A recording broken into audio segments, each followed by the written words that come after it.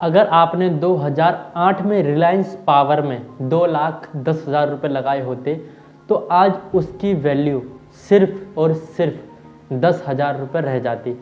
अगर आपने Vodafone idea में 2008 में 60,000 रुपये इन्वेस्ट किए होते तो आज उसकी कीमत, आज उसकी वैल्यू सिर्फ 6,000 रुपये रह जाती। ऐसे और भी कई सारे एग्जाम्पल हैं जिसके अंदर आपका काफ़ी सारे जीवन भर की बचत ना के बराबर बचती। 90% तक आप स्टॉक मार्केट में अपना पैसा खो देते। आजकल आपने हर न्यूज़ में ये चीज़ देखी होगी कि न्यूज़ वाले इंस्टाग्राम पर और भी कई चीज़ों में लोग बताते हैं कि आपने इतने टाइम पहले स्टॉक मार्केट में इतना पैसा लगाया होता तो 1 करोड़ हो गया होता, 2 करोड़ हो गया होता, 5 करोड़ हो गया, आप मिलियनर बन गए होते। पर एक सच्चाई और भी है इसके अलावा, जिसे कहते हैं डार्क साइड स्टॉक मार्केट की, जिसके अंदर कई लोग पैसा गंवाते हैं। और आखिर वो गंवाते कैसे हैं, आज हम इस वीडियो में यही बात करेंगे। क्या क्या डार्क साइड होती है स्टॉक मार्केट की। अगर आप स्टॉक मार्केट में पैसा लगाते हो या लगाने वाले हो तो आप क्या क्या गलतियां करते हो। अगर आपने थोड़ा सा अमाउंट अभी लगाया या आगे जाके बड़ा अमाउंट लगाने की सोच रहे हो तो क्या क्या गलती हो सकती है। इस वीडियो से आपको कुछ भी सीखने के लिए मिलता है। तो वीडियो शुरू करते हैं बिना किसी देरी के। वीडियो एंड तक देखना और समझना कि आजकल की सोशल मीडिया वाली ज़िंदगी में हमारे को क्या क्या एडवर्टाइजमेंट के द्वारा बताया जा रहा है और हम उसको सच भी मान रहे हैं। तो वीडियो में बने रहना एंड तक। मान लो मैंने कोई यूट्यूब पर वीडियो देखी, कोई यूट्यूबर एक शेयर को सजेशन कर रहा है कि ये स्टॉक खरीद लो, आने वाले टाइम में आपको करोड़पति बना देगा। और मैंने बिना कुछ सोचे समझे, बिना कोई स्टेटमेंट, बिना कंपनी क्या काम करती है, कंपनी में कौन कौन लोग हैं, कंपनी में कैसे कैसे क्या चीज़ होती है, मुझे कंपनी के बारे में कुछ भी नहीं पता। कहाँ से प्रॉफिट आता है, कितना घाटे में है, कितना कर्जे पे है, कितनी तेज़ी से ग्रो कर रही है, कितने साल पुरानी कंपनी, मेरे को कुछ भी नहीं पता।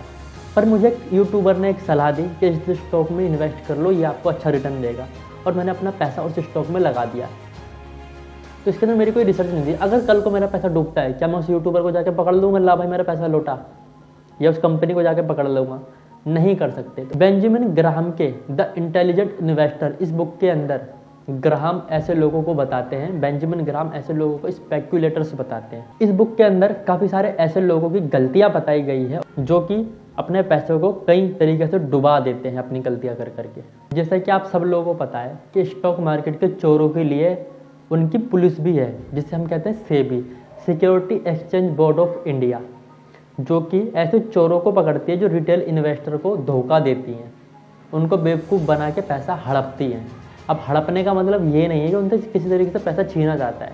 असल चीज़ ये होती है कि न्यूज़ में पैसा दे के, न्यूज़ में, टीवी में एड्स चलाई जाती है कि ये कंपनी ऐसी है वैसी है, और लोग बिना सोचे समझे, बिना ये चीज़ देखे कि उसका मैनेजमेंट कैसा है, कंपनी क्या काम करती है, कैसे ग्रो कर रही है, आगे का इसका फ्यूचर प्लान क्या है, बिना कुछ सोचे समझे सिर्फ एडवर्टाइजमेंट पे उसमें पैसा इन्वेस्ट कर देती है। और जब उसका शेयर प्राइस ग्रो होता है, जब लोग पैसा इन्वेस्ट करते हैं, खरीदने वाले बहुत ज़्यादा हो जाते हैं, तो उसका प्राइस बढ़ता है।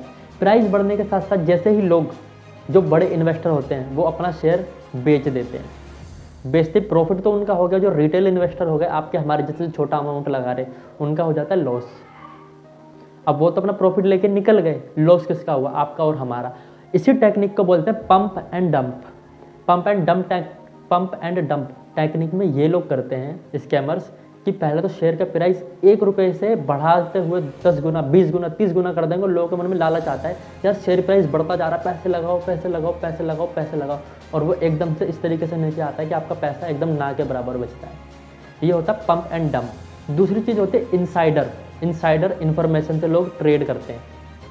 एक बात सोचो, कोई कंपनी है जिस कंपनी में बहुत सारे लोग इन्वेस्टर है, और उसके मैनेजमेंट में अगर कोई बंदा अंदर की कोई ऐसी जानकारी लीक कर दे जो न्यूज़ बाहर आने पर शेयर का प्राइस बढ़ने वाला हो। आपको अगर आप स्टॉक मार्केट में पैसा इन्वेस्ट करते हो तो आपको ये चीज़ पता होगी कि शेयर प्राइस पे न्यूज़ का फ़र्क भी पड़ता है कि अच्छी न्यूज़ आई तो शेयर ऊपर जाएगा, बैड न्यूज़ आई तो शेयर नीचे जाएगा।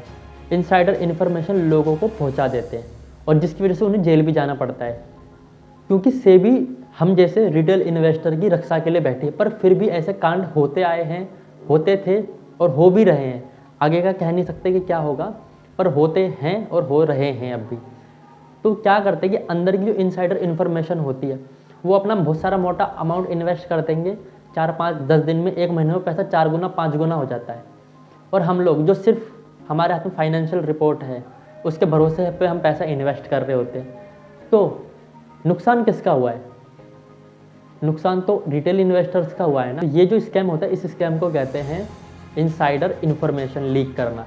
इनसाइडर इन्फॉर्मेशन के चलते काफ़ी लोगों को सज़ा भी भुगतनी पड़ती है, काफ़ी लोग जेल भी जा चुके हैं, पर ये चीज़ हो ही रही है, इसमें कुछ नया नहीं है और ये चीज़ गलत है। इसके अंदर सिर्फ रिटेल इन्वेस्टर फंसता है। कई कंपनियां ऐसी भी होती है जो अपने फाइनेंशियली रिपोर्ट्स, अपना प्रॉफिट रिपोर्ट्स में झूठा दिखाती है कि हमने इतना पैसा कमाया, इतना कमाया, उतना कमाया, और लोग उस पर भरोसा भी कर लेते हैं। पर काफ़ी इन्वेस्टर ये नहीं सोचते कि इतना पैसा आया कहाँ से, ये कर्ज ले रही है, पैसा इसका प्रॉफिट आ रहा है, प्रॉफिट आ कहाँ से रहा है, कहाँ से पैसा घुमा के। कई कंपनियां जो होती है अपनी रिपोर्ट के अंदर, अपनी फाइनेंशियल रिपोर्ट के अंदर धोखाधड़ी भी करती हैं, अपना प्रॉफिट ज़्यादा दिखाते हैं और लोग उसके अंदर पैसा इन्वेस्ट करते जाते हैं और बाद में जब ये चीज़ न्यूज़ में बाहर आ जाती है, जब कंपनी पकड़ी जाती है, कंपनी की चोरी पकड़ी जाती है, जब एंड में आके वो कहीं पर रुक जाती है कि अब वो और टोपियाँ नहीं घुमा पाएगी, जब वो कंपनी पकड़ी जाती है, तो जब ये चीज़ न्यूज़ में बाहर आती है तो स्टॉक प्राइस एकदम से क्रैश कर जाता है, क्योंकि सारे लोग बेचने के लिए आ जाते हैं। उसमें नुकसान किसका होता है? उसमें भी नुकसान आपके और हमारे जैसे रिटेल इन्वेस्टर्स का होता है। यही है dark side of stock market. अगर मैं बनाना चाहूँ तो इसके ऊपर आधे 1 घंटे 2 घंटे की भी लंबी वीडियो बन सकती है। तो अगर आप किसी भी कंपनी में पैसा इन्वेस्ट कर रहे हो तो सबसे पहले तो कंपनी की पूरी जानकारी आपको लेनी चाहिए। कंपनी क्या काम करती है, कब से काम कर रही है, आगे का क्या प्लान है, कंपनी का मैनेजमेंट कैसा है, कंपनी में कोई घपलेबाज इंसान तो नहीं है, कंपनी का प्रॉफिट लगातार बढ़ रहा है, कंपनी का आगे का क्या प्लान है, कंपनी इनोवेशन कर रही है नहीं कर रही है। अगर आप और मैं यूट्यूब की बात करें, यूट्यूब आज फेमस है, यूट्यूब को कुछ करने की जरूरत नहीं, पर आज यूट्यूब भी अपने आने वाले टाइम में टिके रहने के लिए इतनी मेहनत कर रही है जिसकी कोई हद नहीं है।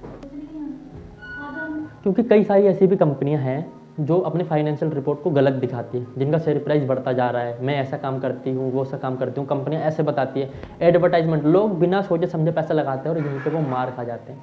और अगर स्टॉक मार्केट के रिलेटेड और कोई वीडियो चाहिए तो आप मेरे को कमेंट कर देना। सब्सक्राइब तो आपने मेरे को शायद कर ही रखा होगा, नहीं कर रखा हो तो कर लेना, लाइक भी कर देना। और तुम्हारा भाई तुम्हें दिल से प्यार करता है।